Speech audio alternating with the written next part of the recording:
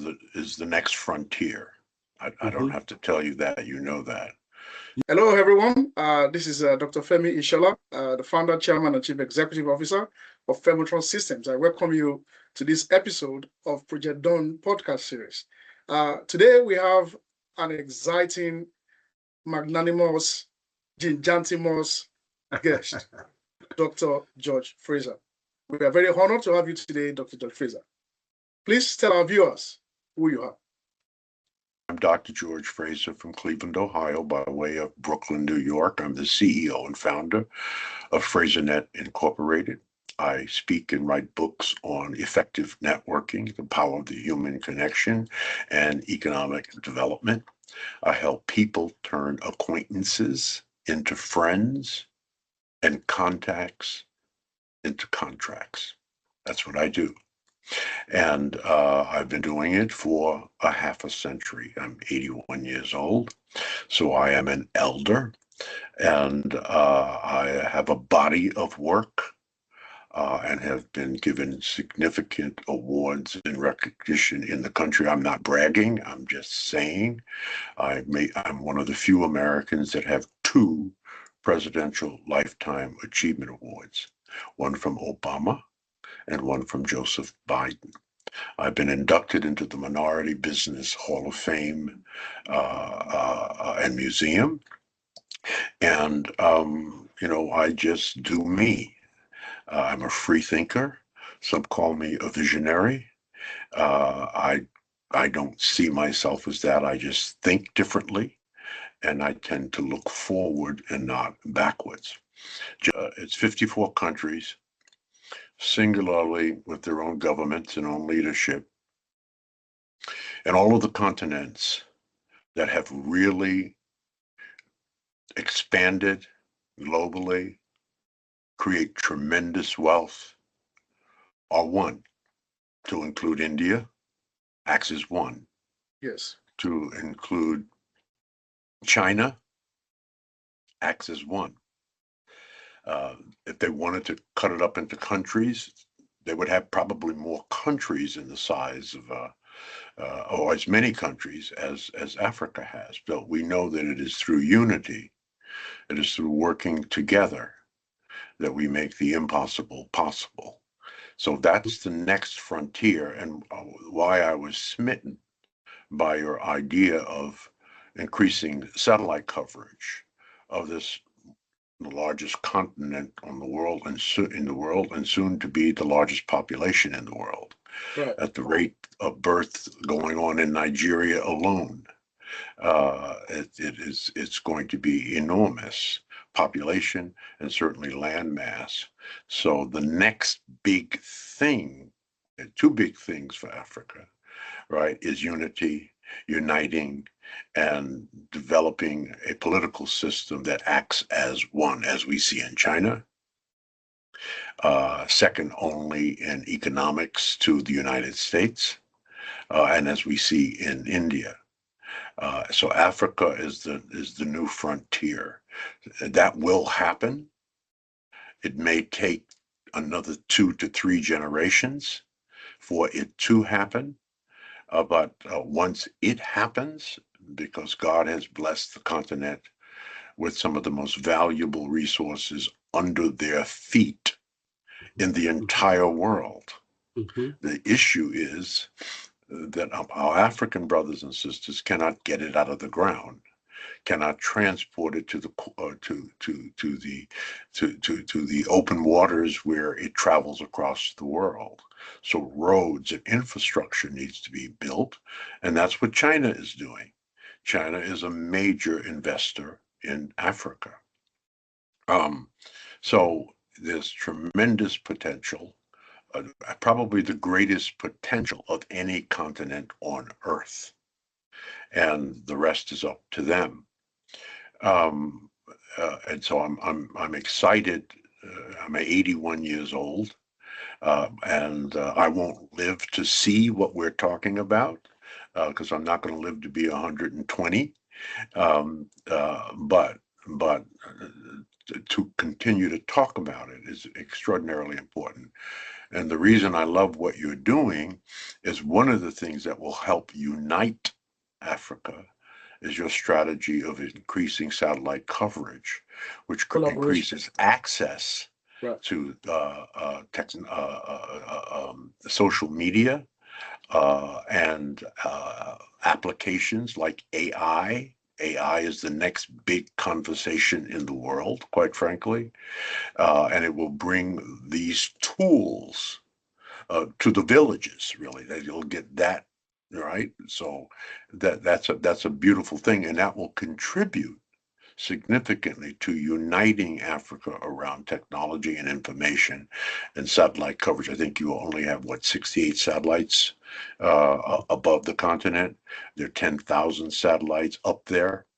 So that's a brilliant idea and a huge contributor to the uniting of Africa. So kudos to you for having that vision. It's a very large vision. It will take time to get done at the level that you want it to get done, but it's a beautiful thing. So that's A. B, and I touched on it for a moment in my conversation, my leading up to this discussion, is AI. And here's what I say about AI, and this is for everybody listening. AI will not replace you, but if you don't learn to use and leverage AI, you will be replaced. Now, that's number one. AI, public AI, is about 2 years old. We're in the Model T stages of AI.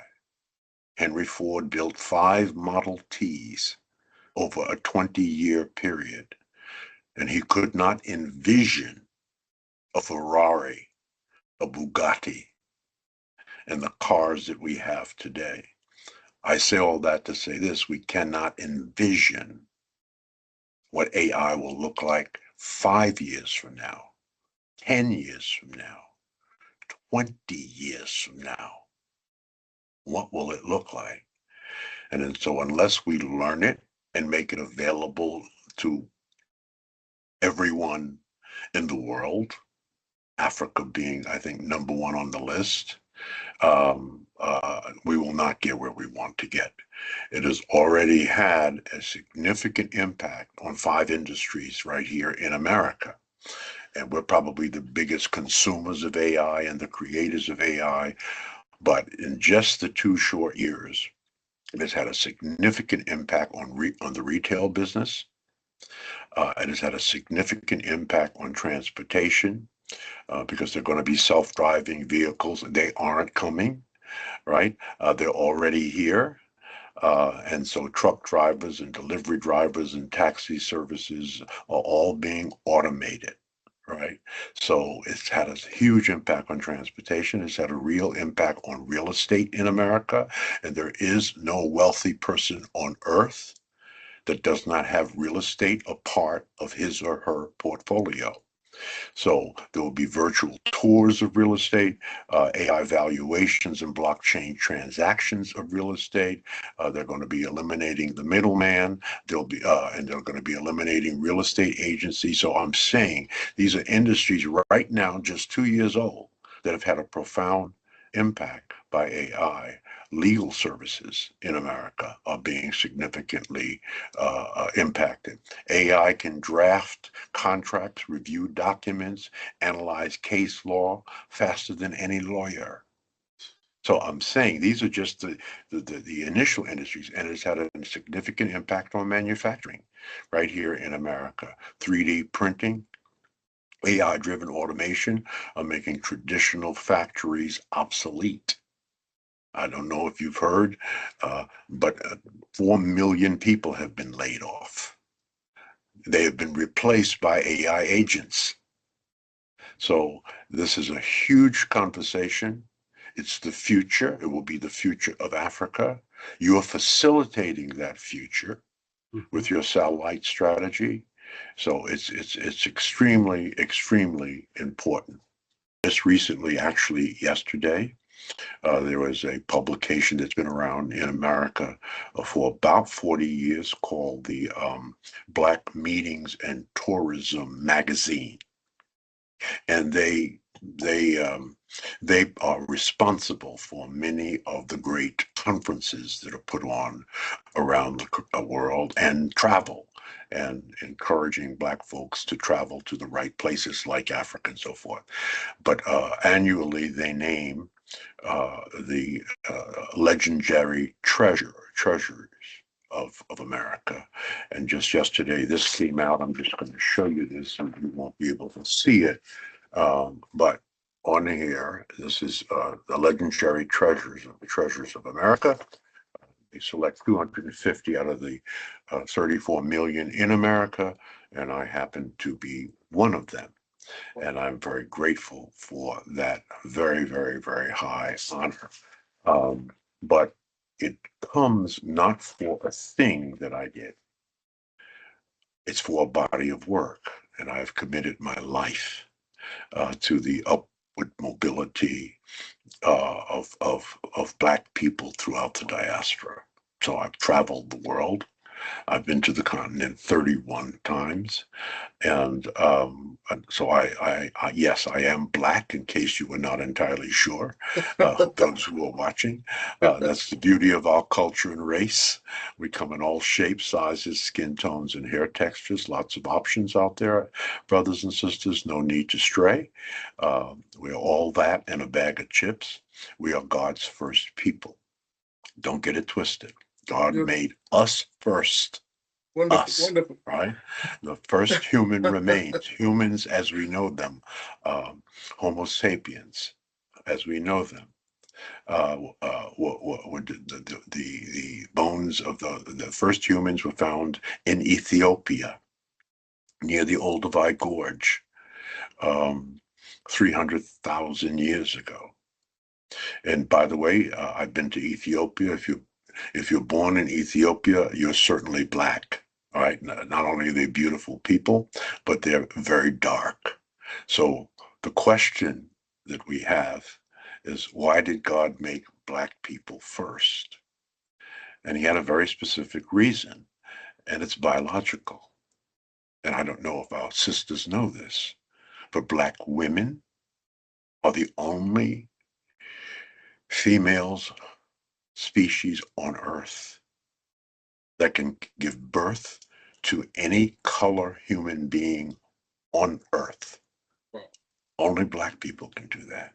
So we're an awesome and powerful people. The problem is we don't know that. They know that. We don't know that. We were building pyramids, Femi. Uh, we were building pyramids and solving complex engineering problems when other cultures were living in the Caucasus Mountains. White folk were living in the Caucasus Mountains, practicing cannibalism. We were building pyramids and solving complex engineering problems. So we are an incredible people. And the project that you have envisioned is just a sample of the magnificence of the exceptionalism that exists in our culture. No, we're beyond excellent. Excellent's a nice word. I think it's overused, quite frankly. I remember when I was a kid, born 1945, there was no such, we didn't use the word excellent. When we did something that was good, we were told it was very good. It is just in the modern generations that we've up-leveled very good to excellent. Now everything is excellent. You can graduate from kindergarten and get a little diploma. That's excellent. That's excellent. Right? That's everything Yes. is excellent, right? So excellence now, according to how I feel, Les, you've heard me say this, excellence for us really has become average. So the new goal is excellence is the base. Exceptionalism is the goal. And the reason I was smitten by this project that Femi is working on is that's exceptional. That's big thinking. And that's what we have the potential to do. So, I know it's a long introduction. I went into a couple of things I wanted to say, and I wanted to comment on because it's so applicable to you, Femi, and to Les in terms of what you're doing. What you're doing is exceptional, and that's what we need. We need exceptionalism because that's who we are, and that's what God made. That's why God made us first. So that's my story, and I'm sticking to it. Excellent. I shouldn't say excellent, exceptional. Exceptional. There you go. That's what we're looking for. Yes, thank you so much, Exceptional. Dr. Right? Fraser. Separate yourself from the masses. Exactly. And we have the potential to do that. Exactly. Thank you So very much for honoring our invitation for this podcast. We are blessed. And in fact, we are very proud that you are African. Maybe we probably have to paint you a little bit of a charcoal color. yeah. But Well, I had my DNA checked when I was actually 70 years old, when it became popular and public that you could swab the inside of your cheek, send it away, and you can get a full DNA um, on where every piece of you come from. yes, And it comes to, and by the way, there is no one in the world with DNA that does not have a DNA in their body that is from the continent of Africa. that's right. It is not it may not be it's dominant if you're African, but it may not be the Might be a tiny dominant. bit. That's right. Yes, but they have a piece of Africa DNA No. in their body. Well, that makes sense though, right? Right. We gave birth to humankind. Right. So, yeah. So it's so good to be able to express these things. I want to talk about for a moment, if you'll allow me, a couple of things that, um, in a sense, are bothering me. And bothering, and I mean that in a good way. And one is this notion of leadership.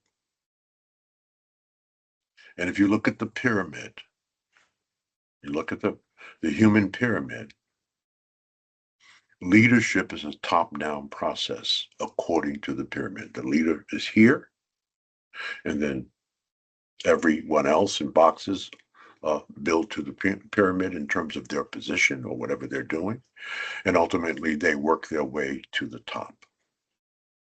That's really not how it works. That's not how it works. A great leader is the foundation.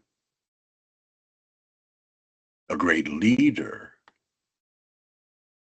is the foundation. And if you have a cracked foundation, a house will not stand. It will stand if you have a leaky roof, but the foundation, that has to be informed and strong. So from my perspective, where I am at, you and Les are foundational, right? And what you do and you are doing, you select your team, your group. They all have subject matter expertise, but these are the people that we work with. We can expand that organizationally. We can expand that in any way that you want. And your job as the foundation is to train and to educate and to work with and through the people that embody your organization, and your job as the leader, because it is your vision. You know exactly what you want, and you've picked the right team to get you there. Your job as at the foundation is to push them to the top and then enculturate in them that once they get to the top, they must return to the bottom. and then, as we say, rinse and repeat. Okay, right? They must have the moral obligation to go back and to push up. Right. So that's I'm going to sort of do something on that piece when I talk about um, leadership in America. I do talk about it a lot, but it just came to me that leadership is foundational. Right. If what you're doing is not on a strong foundation, and I'm talking about leadership, it's not going to work. It's the leader who initiates this. Right. So that's A. Another idea that it's not an idea, it's moved beyond idea. And this would not be, this idea is not applicable to Africa. It is not applicable to India. It is not applicable to China. But it is applicable and unique to Black folk in America. This is an American issue, and that is the lack. Let me say this a different way. This is what I'm talking about now on the circuit. And I start with a question. What $23 trillion asset in America that Black people have available to them that they are not effectively utilizing, almost ignoring it? And that is the 3.3 million Black male and female elders, 65 to 90 years old. The legal value of our elders, I did some AI research, is $23 trillion. The amount of hours of education and lessons and learning of those 3.3 million elders is 2.1 trillion hours of knowledge. Now, on my trips to Africa, when you have a big idea, you counsel with the elders. The same thing in India, the same thing in China. In fact, Asians live in 3-generation homes.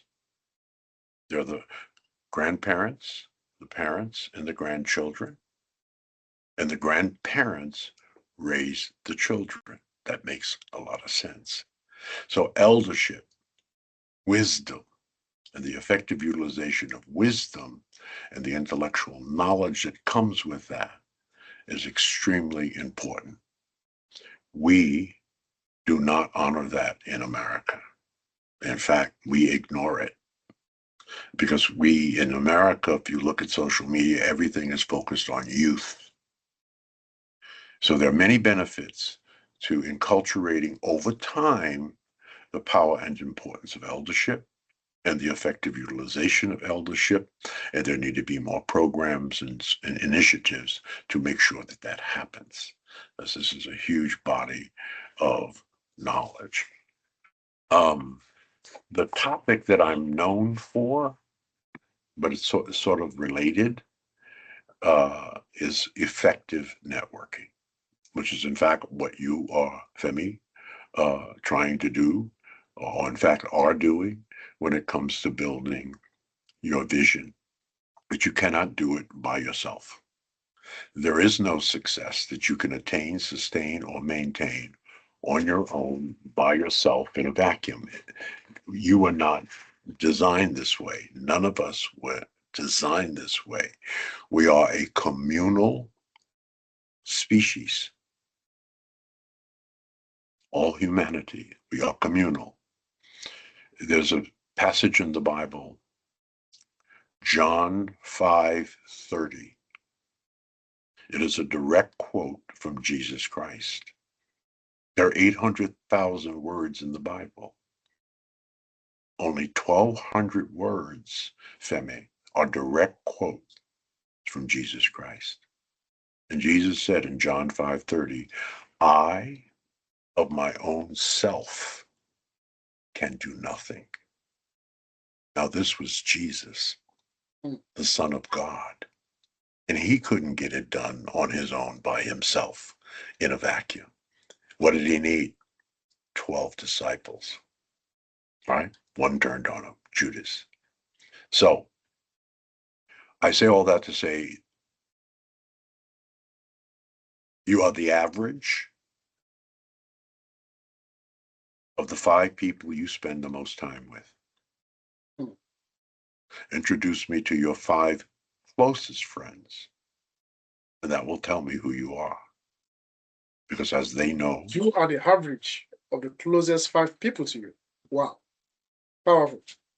right. In fact, if you could wave a magic wand and know what each of those, I'm talking about your closest friends, Yes. and know what each of them earn every year doing their work, it's probably, if you averaged it, about what you're earning. Right? So if you want to be a millionaire, nothing wrong with money. Money is a form of freedom.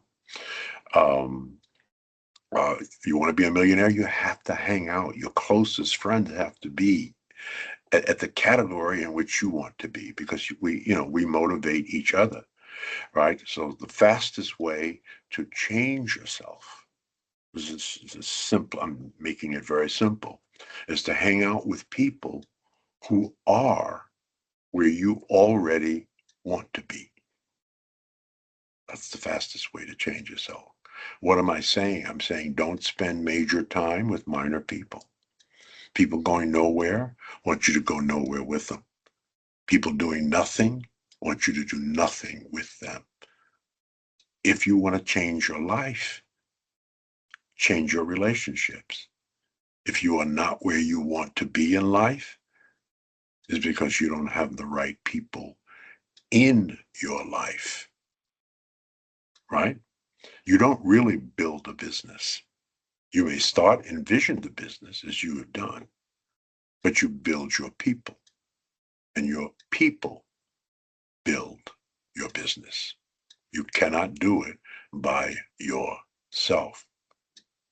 The most powerful asset that any human being will have in the 21st century will not be AI. It will be your relationships. That's the most powerful asset you will have. We need each other, but not just anybody.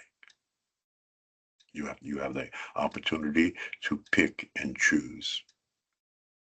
Business is about relationships.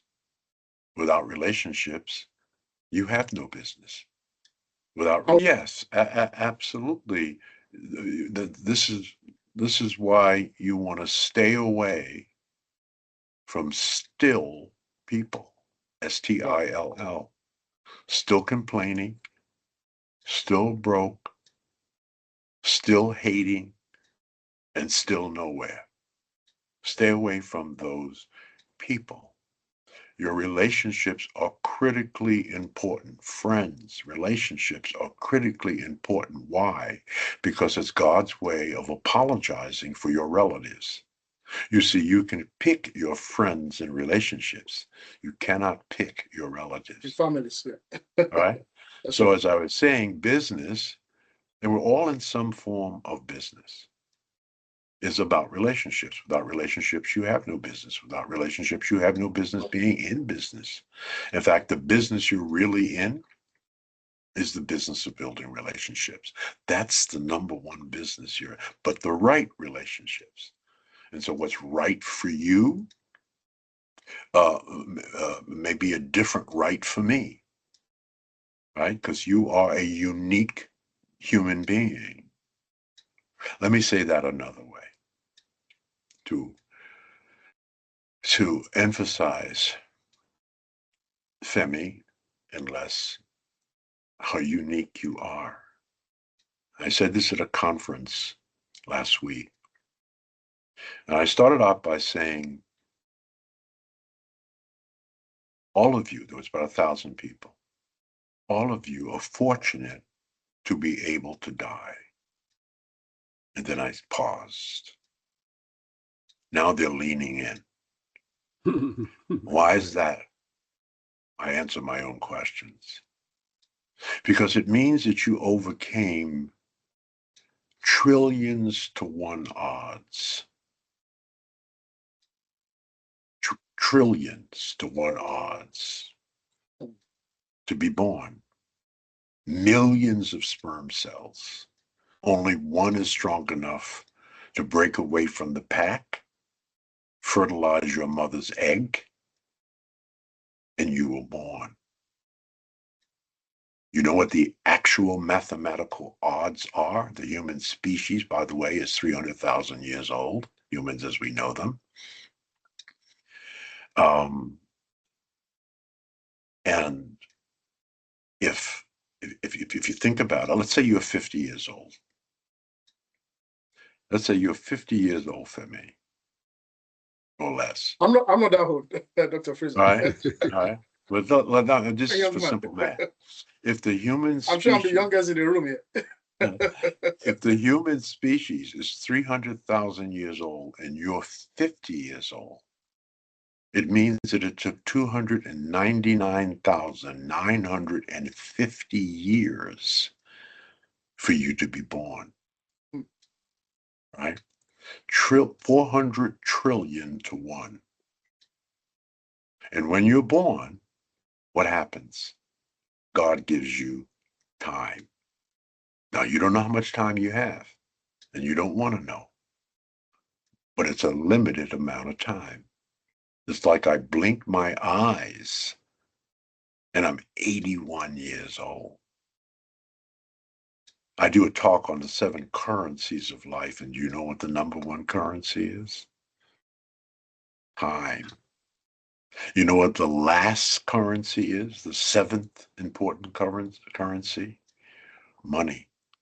Because if you don't do the first 6 right, you will never have money. You're not getting money. But first, you have to be born. That's the first thing, so that you will have time. Right? And so when that would be the number 1 currency, you were born 400 trillion to 1. When you're given time, your job, come hell or high water, is to identify the reason you were born. Let's call it purpose. Purpose. That's right. Purpose. I know that I'm on purpose and have been for at least 60 years. The first generation of my life was the discovery of my purpose. And how do you discover your purpose? You will be open to doing a lot of things. And then you're going to land on that thing that gives you the greatest fulfillment, the greatest joy, and greatest satisfaction. All right? So I don't go to work. This is not work to me. This is fulfillment of purpose. That's right. This is what keeps me alive. This is what gives me fulfillment, joy, and satisfaction. There's nothing I would rather be doing other than, of course, being with my family, which is a part of my purpose, right? Is to procreate, right? And to train others. So purpose is the second critical currency of life. I'm writing a book on this. What do you think is the third most critical currency in life? So we know that time is number 1. You're here. Use the time wisely. Purpose. Understand why you're here. All right. And the third, we already talked about. Relationships. Relationships. What's the most important relationship decision you will make in your life? Your life partner. The person that you bring into your life. You put your hand on a Bible and say, till death do us Swear and part. oath. Wow. That's the most important decision of a single relationship. But when you look at your five closest friends, because not only is your wife responsible for nurturing and procreating, right? If you manage it right, she is a confidant, a supporter, a cheerleader, inspires you, right? Because what is the purpose of woman? This is Bible. This is Bible. All right, this is not anything I made up. What is the purpose of woman? To be a helpmate for the man. That's what God said. That's not what I said. So you need that. We need that in our life. So relationships is the third most important currency that God gives you. The fourth, knowledge, right? Lifelong learning, personal growth and development. I said to Nora Jean, my wife of 52 years, about a month ago, we were just chatting. And I said, you know that guy you married at 28 years old? We were married at 28. He's dead and gone. He does not exist anymore. Thank you, Jesus. Could you imagine being 81 acting like I was 28? So knowledge and a commitment to knowledge, lifelong learning. We never stop learning, right? I learned from everybody and everything. I learned from Leslie. I'm learning from you, right? And it's like, it's exuberating, right? We learn something every day if we're open to it. We're open to it. The fifth currency of life is health. In other words, God has given you this incredible machine. We got to keep it running. Brain. They will never, ever duplicate. AI will never, ever, ever replace all of the functions of the brain. Right. There's an intelligence function of the brain. It will facilitate that in a significant way. But there are other functions of the brain, right? So your health, right? I'm 81, and when I speak, people say, you don't look 81, because I took care of myself, right? God has gifted me with this machine, this thing called a body. And, it's like when you buy a car and you don't put oil in it, but there goes your engine, right? I have to You take ignore a that jab. long I have to enough, take a jab on your engine will suffer dearly. I have to take a right? jab So- on Leslie here. I think you actually look much younger and much more handsome than Leslie. Leslie, what's up? Dr. John Fraser is 81. Look at you. Yeah, well, part of it, no, that's a very astute observation. Part of it is I have the energy. The energy Yeah. is right of a 50-year-old, Yes. not of an 80-year. I'm not dribbling on myself, right? Yeah. I can still think. I can still express myself. I'm still excited about life, and that is a very, very powerful communication tool. Right? Yes. To when you're talking about something or you're doing something, that it's energized. Right. Right? No question about that. So your health, as they say, is your wealth. No question about that. And that's the fifth most important currency. And the sixth is character, integrity, resilience, adaptation to change, character. You will be judged ultimately, not on how good you look, Femi, but on your character.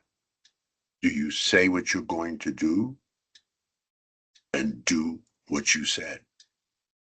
Do you do it poorly, average, or are you exceptional at it? You're excellent, exceptional, right? Character. Can you be trusted?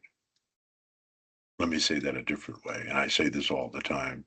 With whomever you're dealing with, whether it is your life partner or any person that you've chosen to put in your circle, if you cannot trust them, you have nothing but a body, but it cannot be trusted. Do you hang out with people that you can't trust? That would be a hell to the no. Now that reveals itself over time. So it's all a part of character. And then the final critical currency of life is money. Gosh. Money. You fulfill those other things, the effective utilization of your time, because it's limited, right? Understanding the purpose in which God has planted you here, that we all have a job to do. We are on an assignment, right? The difficult part of that job is the discovery of that job. I gave a speech about 2 weeks ago at a big church.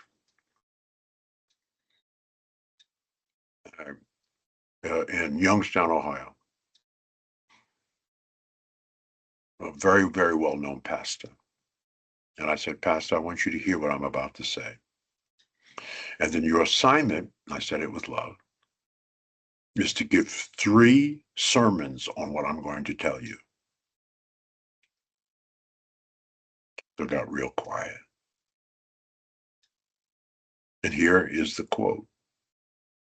I asked for flowers, and God gave me rain. That's how God works. What does that really mean? It means that God will never give you exactly what you want. He will give you what you need to earn what you want. He wants you to be part of the process. Yes, you cannot have flowers without rain or water, right? And by the way, water has no effect on fake flowers. Wow. Right? So you can fake it. You've heard the old saying, Les, fake it till you make it. No. No, not really. You can't Right? fake a satellite. Right. Satellite is a satellite. Right. Quick. I talked about wise counsel. This, I don't know if you can see this. Let me just move this here. Yeah, I can see it a little. Yeah, that's the Yes, logo. wise counsel. Is Yes. it backwards? Yeah, it's backwards. No, but, we can see No, it. it's We can read showing it. properly. Yeah. right. It's showing Okay. correctly. Right. That is the logo for my new movement called Wise Counsel Bridging Generations. Now, what you will notice on this logo, I'll go up real tight on it. You'll notice that it is a big oak tree, right? Mhm. And on the right-hand side, it is rooted in a book, knowledge, right? And on the, I think it's right, it looks left from my perspective, but maybe on your right, is a small oak tree growing. Can you see that? On the Yes. bottom, right? Right? Can you see it? Yes. Yes. It's a small, so the big oak tree and the roots has sprouted a new oak tree. You will also see in between wise counsel and bridging generations is an image. It's an image of an owl. And what are owls known for? The wise old owl, right? So wisdom. So what you captured today, Femi, is wise counsel, right? Now, wise counsel is spelled 2 different ways. In this particular way, it's with an S-E-L, right? That's what you get when you go to a lawyer. You get what? Legal counsel, right? So you're getting wisdom counsel now. There's also a CIL, Hmm. council. Council That's the community, of leaders. right? So what we're going to start developing are wise council groups for communities. So my dream for wise council is parallel to the dream I had when I introduced the idea of networking to the culture 35 years ago. But the dream for that was there would never be another conference within 20 years that we would give as Black people, that there would not be a networking component to that conference. Hmm. Mission accomplished. Wow. The vision for Wise Counsel is that 20 years from now, there will never be a conference given that does not end with a panel of wise counsel. And the panel looks like this. There's 6 seats on a stage, and there's a small little table dividing them.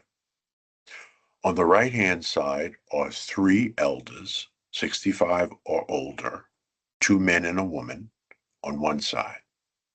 And on the other side of the 3 chairs is a representative from each of the succeeding generations. So if we did it today, there would be someone sitting from Generation X, someone from Generation Y, and someone from Generation Z, XYZ, right?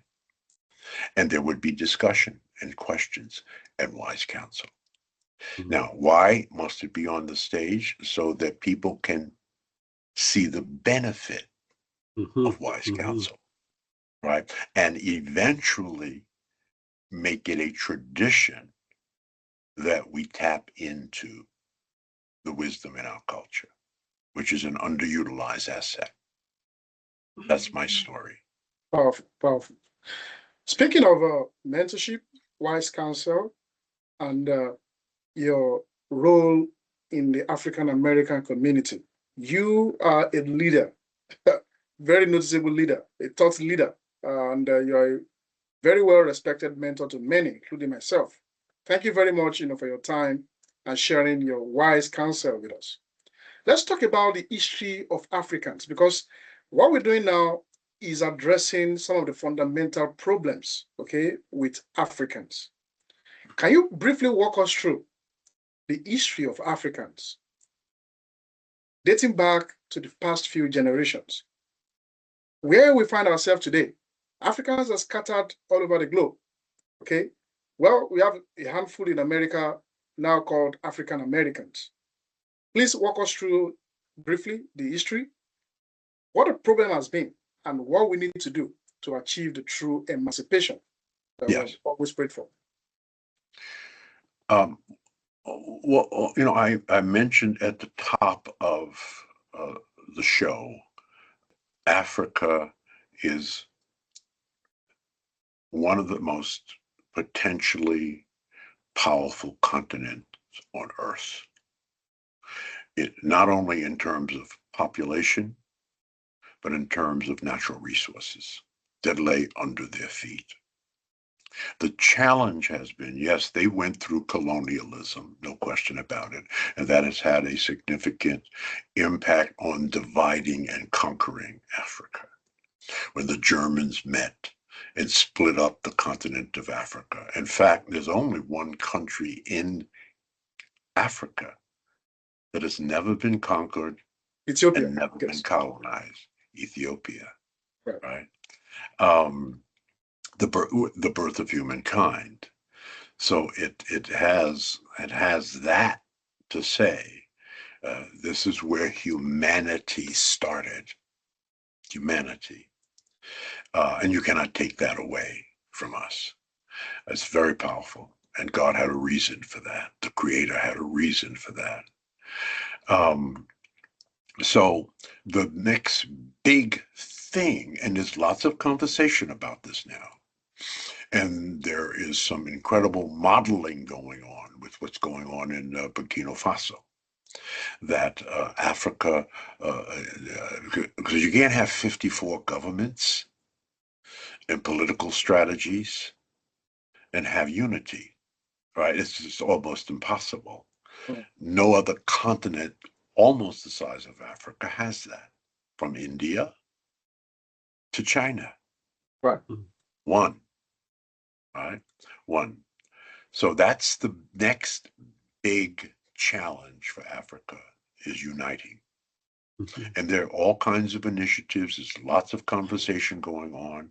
There's activity happening on the continent that will seed the unification of Africa. Once that happens, and it may take from 2 to 4 generations for it to completely happen, maybe. I wish it could happen faster. Once that happens, game over. Game over.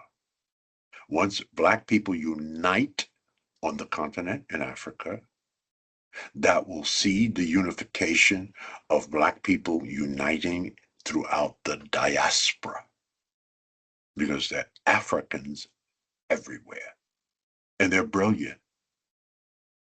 I did the conference in Houston for 3 years. The largest Nigerian population outside of Lagos is in Houston, Texas. There are 50,000 Nigerians in Houston. And they migrated there, and they have taken over all of the Black business. They have, I mean, just lots of, Houston is a big city, lots of Black people. I think it's the 4th largest population of Black people in America. Nigerians in Houston control the Black business environment, and they did that within 10 years. Nigerians are very insular. They do business with Nigerians. I'm not sure they think highly of the African American business acumen, and, right? And so they took that business. Dr. Fraser, Africa has a lot of people in diaspora, okay? And Yeah. Oh, yes. We like to talk about, African unity. Is there any role that the people in diaspora has to play in terms of the development in Africa, as well as this unity that we are looking for? Yeah. Absolutely. Let me say that real simple. You must model the behavior that you expect from your people throughout the diaspora. So if unity is the preeminent thing that must be done, it must first be modeled on the continent. There is not unity on the continent. That is the big issue. And lots of people are working on it. So, and I said it earlier, once Africa demonstrates the kind of unity that it expects from Africans dispersed throughout the diaspora, that will happen. But they must model the behavior that they expect from their people. Right? So, yeah. Yeah, unfortunately, these are very sensitive issues, I have to say again. But, if we are afraid of talking about the hot issues, then we're not ready for growth. We're not ready for development. Even in Africa, okay, we see some xenophobic, situations, okay, in certain areas, okay. How do we talk about African unity when we have xenophobia right there in the heart of Africa? What do you think about this? I know. I think there's nothing else to be said. You said it, and you said it succinctly. Absolutely, that has to work, because you cannot have 54 countries, 54 governments, 54 cultural proclivities, conversations, that some are diametrically opposed to each other. So this is a very tall order. This is easy to say, Femi. This is extraordinarily difficult to do. And it goes with the principle of European white folk that the best way to conquer is to divide. Mm. That is the most effective way to do it. You divide and you pit the people or countries that you're trying to conquer. You pit them against each other. So you have black on black issues, right? So in that case, Dr. Fraser, why are African leaders not seeing that the division has been the main reason why we were colonized in the first place? And why haven't they realized that, conquering this division is pivotal to, to the growth of the black race? Why is everybody, just on its own? Why are our leaders not taking this bull by the horn? I want to say this and still be loved.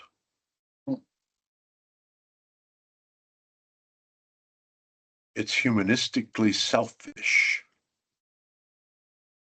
In other words, I have my country. I run my country with an iron fist. I get mine first. I enrich me and my tribe and or family first. It's not difficult. And that's why we stay divided. It's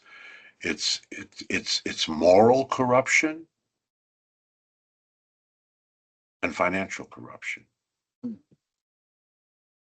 And that corrupts. That's the foundation for the corruption of unity. Right? There are few African leaders who are just models of either corruption or not corrupt. And we know those countries, that what they are doing for their people. They are doing for their country. So they're models. I don't believe that Burkina Faso and Traore, I don't know what the country produces is for his countrymen and people. He's not highly paid. He's a revolutionary, and he knows what it takes. It takes for him to be about and for his countrymen first. What does that mean? Proper education. Right. Proper jobs. Infrastructure development. Giving people things to do. And it's doing it that literally. Are productive. Burkina Faso right. They're not there yet, but we can point fingers. Well, it's the beginning. It's the beginning. It's what 4, 5, 6 years old at this stage. Right. And what we do know about Europeans is that they're from Lumumba to others who were like what we're talking about. And what happened to them? They were killed by others. Right? So so being non-corrupt is almost a death threat in the country.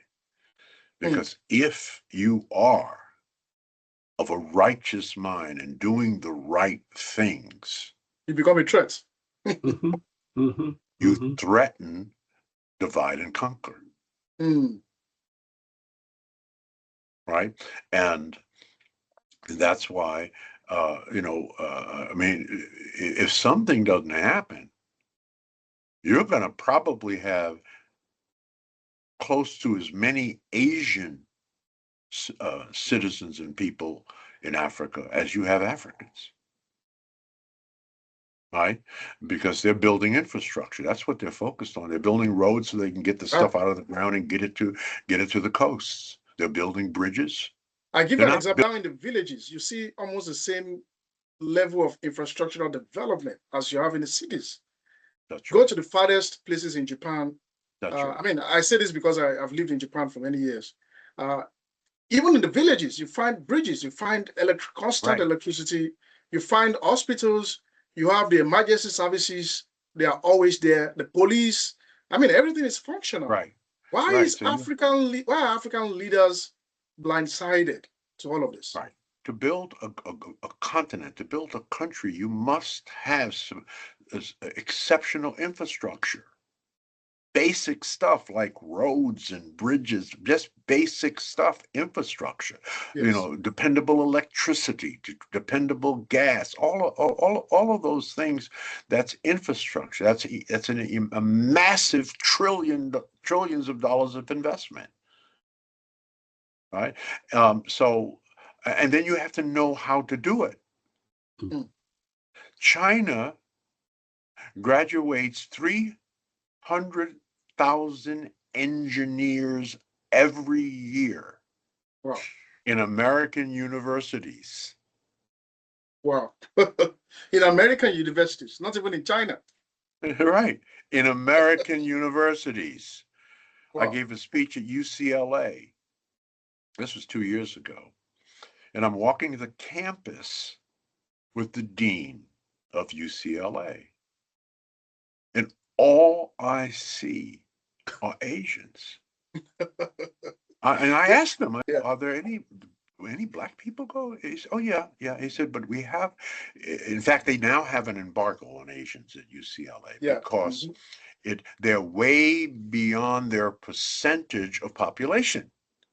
They're 40% of the university campus. They're 5% of the country, right? If that Taking much, over. right? So I said, Yes. well then how did that happen? He said, well, Asians have a very, very, very superb public education system. They built that That's right. first. That's right. And when Asians take the exams to get into U.S. universities, they score the highest SATs of anybody. And they come in Right? large So they're numbers. the brightest. That's Yes. number one. Number two, when Asians send Asians to college in the United States, the government pays the full bill. There's no scholarships. Whatever it costs, that's what the government pays for that student to go to college. Wow. Because most Asians couldn't afford, 60,000, 70,000, 100,000 a year to go to UCLA or Harvard or one of the elite schools, because they're going to the elite schools. So they are educated, smart, and they have a full ride from their government. That's how they use part of the revenue from Chinese commerce. Dr. Fraser, let's draw a parallel between the Asian students and the Africans. The Asian students, like you rightly mentioned, they get a lot of support from their government. Africans, and as a matter of fact, in the US, the Nigerians account for one of the highest numbers of PhD holders. That's right. In London, they have the most PhDs in London are Nigerians. Yeah, even in the entire United, well, I think next to after China or some, I'm mixing up the statistics now. Now, most of these Africans who have found themselves, as surgeons, as engineers, and all of that in Europe and in America, they became who they are now through grit, through turmoil. Almost zero sponsorship from the government. These are people who have to work, very hard jobs. Anyway, what I'm trying to say, here is this: Africans are very strong people. We are able to, utilize what we have to become who we are today. How do we go from here? What's the next step? Okay, now we have a very large number of elite Africans in Western Europe. We have a lot of them in America, even in Asia. What's the next step? How does this translate to continental development on the motherland?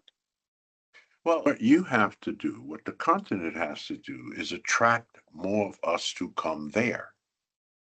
Now, you're working on that. There are more African Americans now living on the continent than ever in the history of our people, but it's not nearly what it should be. And the way to attract African, because in a sense we've been spoiled. There's been a negative spoiling, and that's the whole idea of racism. Um, and and and and and and so and then things are extraordinarily expensive here, especially right about now, right? And so there's land there that is available, that is much more available to an African American, but we've been spoiled. We like our electricity to be on 24 hours. We like to have fresh water. We like to go to beach. I mean, so there are things that, we've been here for 400 years, right? So we've been spoiled. So, and more African Americans are moving there, but it's not at the velocity that, so I think building the infrastructure and the amenities that Black folk in America have become accustomed to, basically good schools, access to the things that we need to function and to perform, that has to improve. No question about it. Some countries have done better jobs than others. So I think one of the goals, and I know they did this in Ghana, that it's now much easier in Ghana, for example, to get a visa, and to get a passport, a Ghanaian passport. So they're welcoming. In fact, they had a big movement a couple of years ago, Welcome Home, right, to attract more African Americans, and the ones that have the asset and the intellect. So that's not the only thing you do. That's part of it, but it's a very powerful thing to do. And Yes. as you attract more African Americans, they will attract more African Americans come That's right. and move here. You have the opportunity, the educational institutions are here. Yes, the electricity stays on 24 hours, right on down the line. Because we're looking at the creature benefits and the amenities necessary to live the life that we have in spite of, all the shit that we have to go through. We still live. The quality of our life is probably the best that there is anywhere in the world, just in terms of to function and to live, and to be who we want to be. So that has to be a goal. It's not the only thing, but you have plenty of land, no question about it, undeveloped, it's attractive and right, all those things. So that's a goal. Now, Yes, um, yes. and we're getting closer to it looking better and better. But we know what we have to do. You know Mhm. what you have to do. The continent has to do. We know what we have to do. All right. Dr. So Absolutely. it's now acting on it. Dr. Correct. Fraser, thank you very much for your time. Uh, you have given us a lot of insight, a lot of nuggets. Project D.A.W.N is open to be supported by Africans in Africa and Africans in diaspora. As a matter of fact, we have a fundraising platform on Project D.A.W.N website, http projectdawn.africa.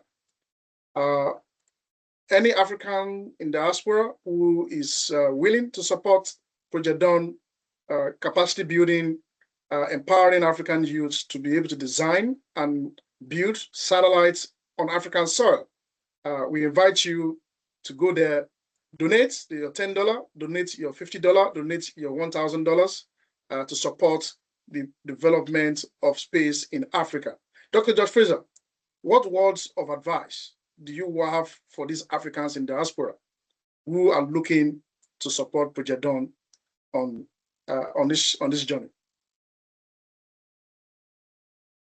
My words of advice are very simple. What you're not changing, you're choosing. And if the change is not at the velocity that it needs to be, as we've been talking about this for several generations, in effect, you've chose to remain as is. That we cannot help. It's your choice. I don't think overall that that's the choice of the majority of Africans. I think the majority of Africans are progressive, want to do what you want to do. Change. We're changing, we're evolving. When I grew up,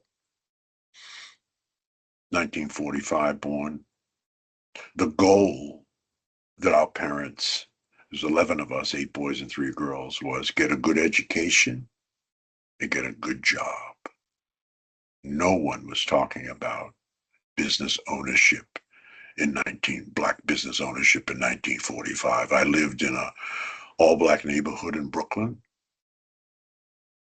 and all of the commerce, all of the stores, except for the barbershops and the beauty salons and the funeral parlors, all of the other business was Jewish, was white.